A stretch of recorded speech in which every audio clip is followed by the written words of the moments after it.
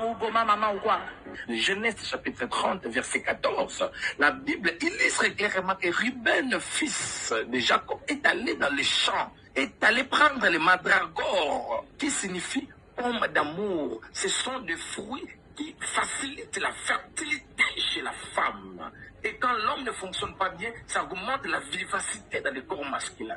Abraham n'avait pas pris ça. Ruben est allé là-bas dans les champs pour prendre ces fruits qui sont sous forme de petits arbres, afin qu'il puisse les remettre à sa mère. Rachel la vie. Rachel est allée supplier à Léa, s'il vous plaît Léa, donne-moi les mandragores que je donne à mon mari quand il viendra, afin que ça augmente les chances de fertilité. Bien-aimé dans le Seigneur, les mandragores, la famille d'Abraham l'a utilisé. Abraham n'avait pas pris ça.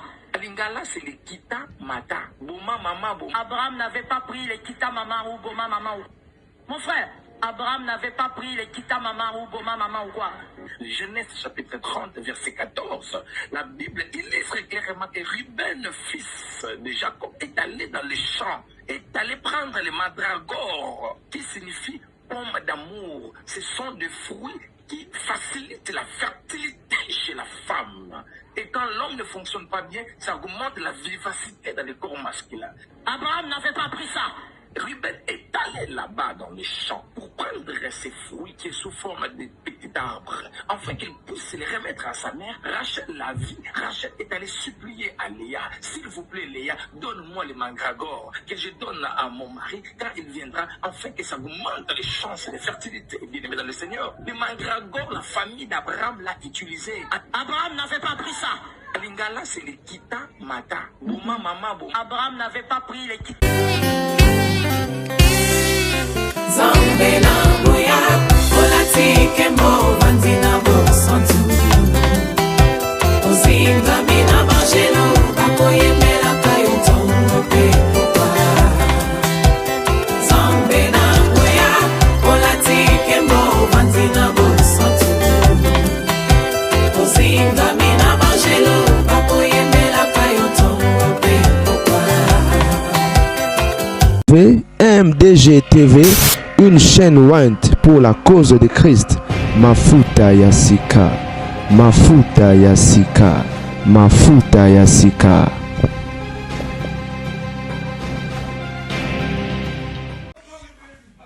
Mbota bandeko ba bolingo salinga yo bino la gardienne du temple. Na seka nano bandeko.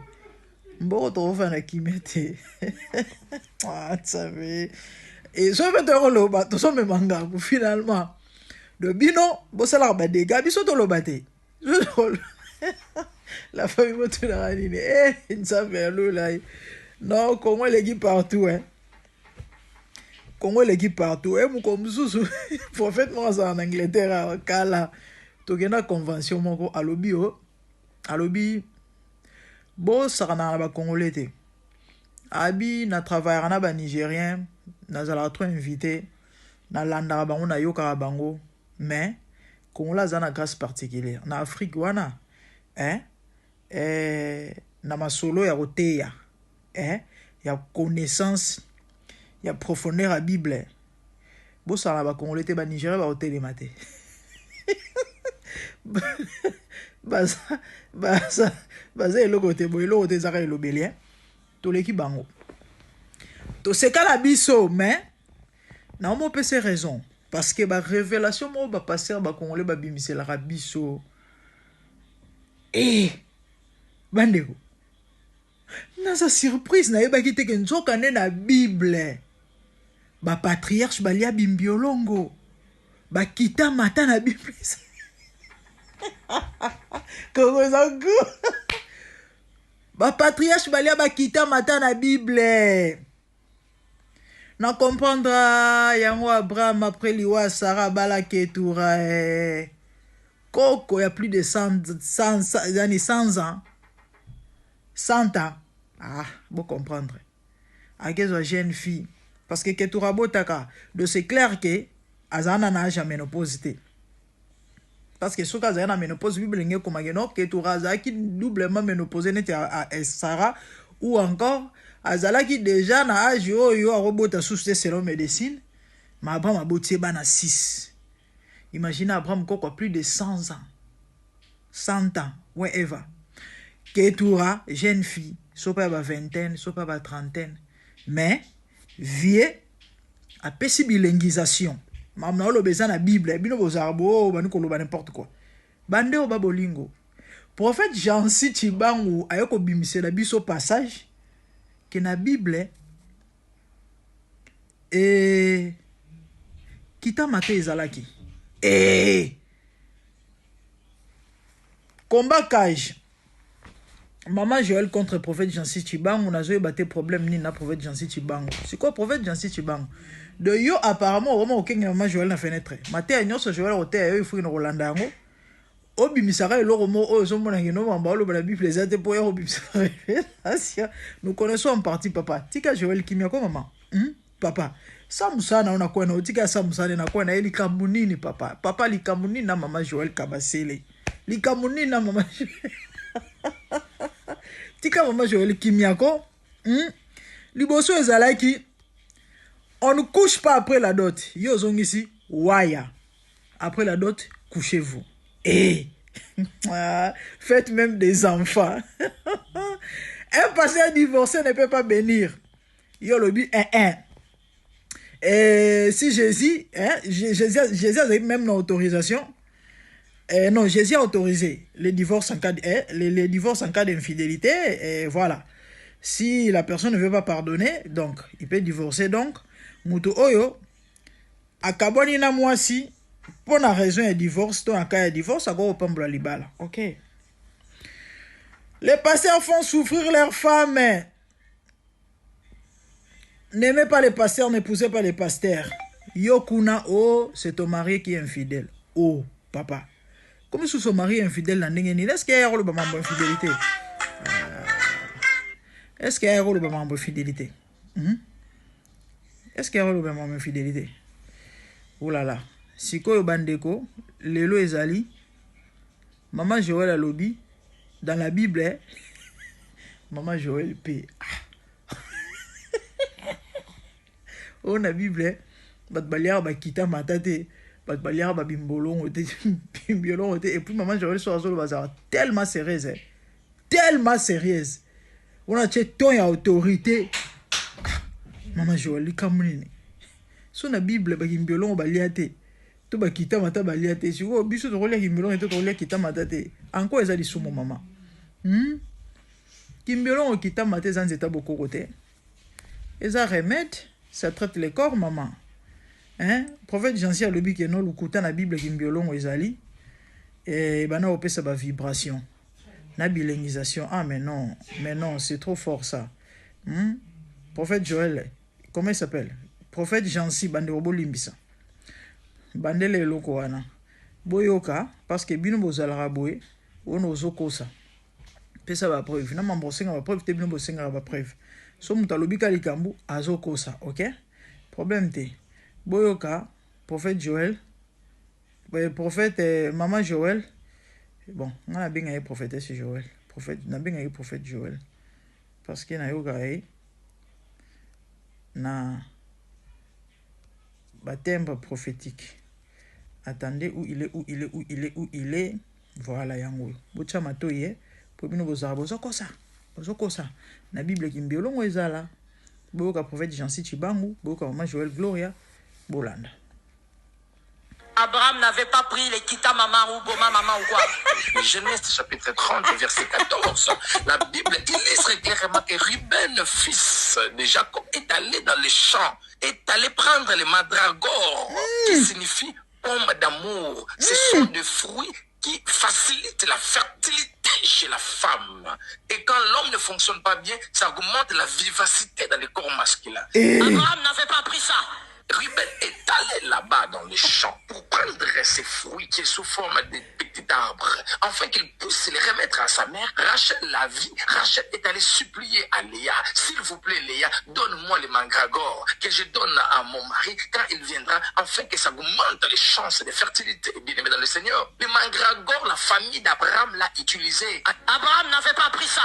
Lingala, c'est les kita mata. Boma mama boma. Abraham n'avait pas pris les kita maman ou goma maman ou... Mon frère, Abraham n'avait pas pris les kita maman ou goma maman ou quoi? Na comprends maman Joël. Bon, maman Joël a raison quelque part. Et... Mais prophète Jansi, on dit que ça hors sujet. Hein? Maman ça passé.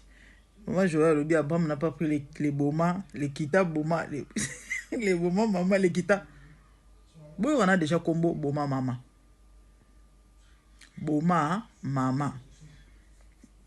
Certainement, moi Joël on a fait ça conseil. Pour la bande de bazo utiliser un stimulant. Mais eux ils ont dérangé. Topé, ils ont nuire parce que il y a même pas sur des semaines on a été au seul nos vidéos.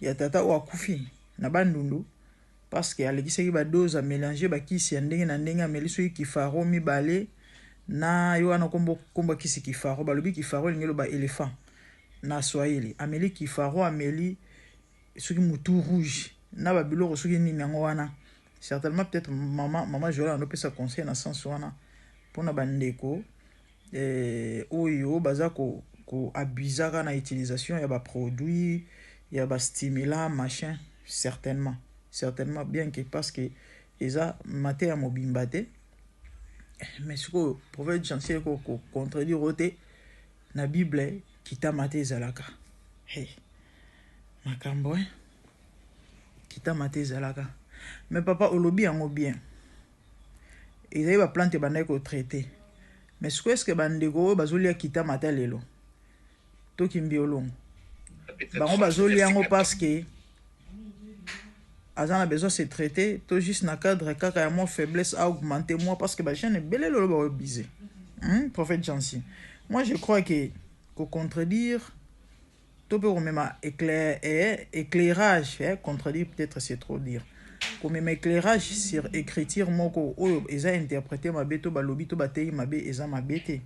Mais aussi il faut tenir compte il y a des paramètres non ce papa parce que awa ezo bio zo bimisaneti que non maman Joël zolo bazo kosa et alobi bien Abraham n'avait pas utilisé les boma maman papa et papa yo mon pas Abraham utilisé les boma maman elle a parlé d'Abraham yo que Robert solo Ribin na Jacob et est-ce qu'Abraham a utilisé qui boma maman et Ruben, fils de Jacob, est allé dans les champs, est allé prendre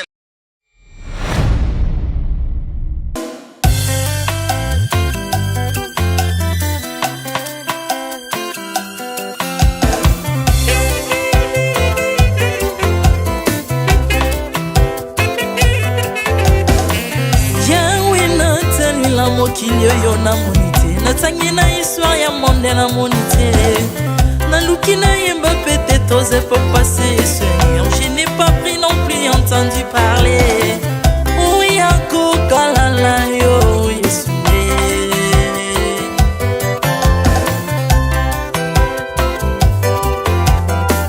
même dans le domaine ya sorcellerie nationale atana oyo ya international papa na yo kisangwa banzamba mokili yo mopota kufa se kwa lokola yo Yesu nanya voyage lokola yo nanya wakoka nino ya wanzambe uni masomo ya ekusu konanga okufose kwa poyo zali nzambe Yesu nzambe moneno kitanase olata nzoto poyo bikisanga okitana se pozwe sikananga ofuta nyongo na nzambe nanga Yesu ozali nzambe onkote ya okani na yo ozali nzambe obongwani te Yesu Yesu ozali nzambe onkote ya okani na yo ozali nzambe obongwani te Yesu Yesu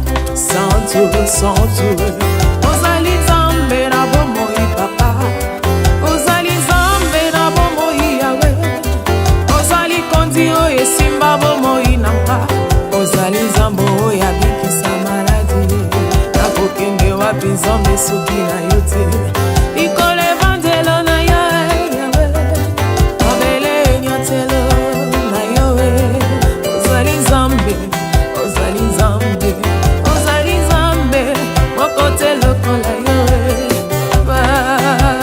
nzambe na nguya olatike mo vandi na bosantu ozingami na bangelo bakoyemelaka yo ntongo mpe popa Maintenant tu m'as rendu intouchable, maintenant tu m'as rendu invincible. Aliwana yo tukomine la santu, lise kwana yo tukomine malongi.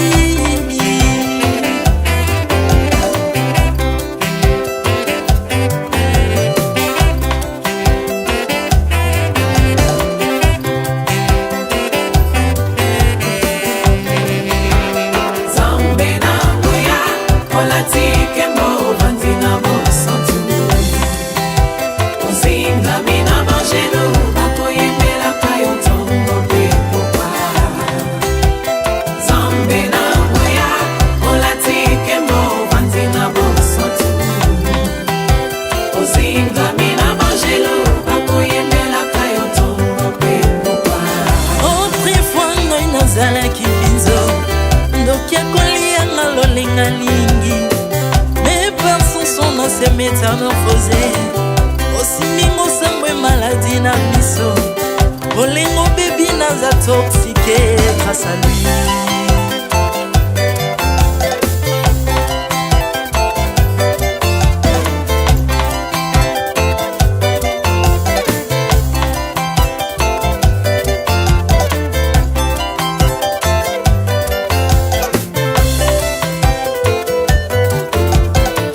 Bien-aimé, alléluia.